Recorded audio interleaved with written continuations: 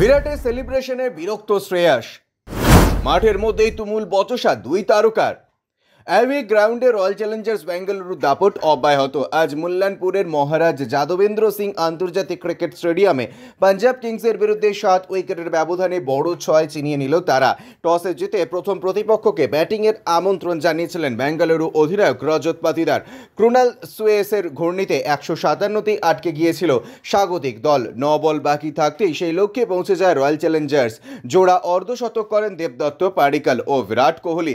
গত শুক্রবার চিন্নাস্বামীতে এই পাঞ্জাবি নাস্তানাবুদ করেছিল আরসিবিকে। 95তে ইনিংস থেমে গিয়েছিল তাদের, তাই দুদিনের ব্যবধানে এই জয় বেশি স্পেশাল বেঙ্গালুরু ক্রিকেটারদের কাছে। খেলা শেষে তাই স্পেশাল সেলিব্রেশনও দেখা যায় বিরাটের। নিহাল ওয়াধেরার বলে ছক্কা হাঁকিয়ে ম্যাচ ফিনিশ করেন রয়্যাল চ্যালেঞ্জার্স বেঙ্গালুরুর উইকেটরক্ষক batter Jitesh Sharma. Non striker এন্ডে তখন দাঁড়িয়ে বিরাট বল গ্যালারিতে আছড়ে পড়তেই পাঞ্জাব ক্যাপ্টেন শ্রেয়াসের দিকে ফিরে আগ্রাসী ভঙ্গিতে উদযাপন করতে দেখা যায় তাকে। অনেকখানি ফাঁক করে দাঁড়িয়ে মুষ্টিবদ্ধ হাত ছুড়ে ফিস্ট পাম্প করে বেঙ্গালুরু কিংবদন্তি। জাতীয় দলের সতীর্থের এই হানো আচরণ পছন্দ হয়নি শ্রেয়াসের। তিনি এগিয়ে এসে আপত্তি জানান। তখনও হাসি ছিল কোহলির মুখে। তার হাবভাব দেখে মনে হচ্ছিল যেন সেলিব্রেশনের ব্যাখ্যা দেওয়ার চেষ্টা করছেন প্রতিপক্ষ অধিনায়ককে, কিন্তু বিরাটের ব্যাখ্যা শুনতে মোটেই রাজি ছিল না শ্রেয়াস। থমথমে মুখে দাঁড়িয়ে যান নিজের সতীর্থের দিকে।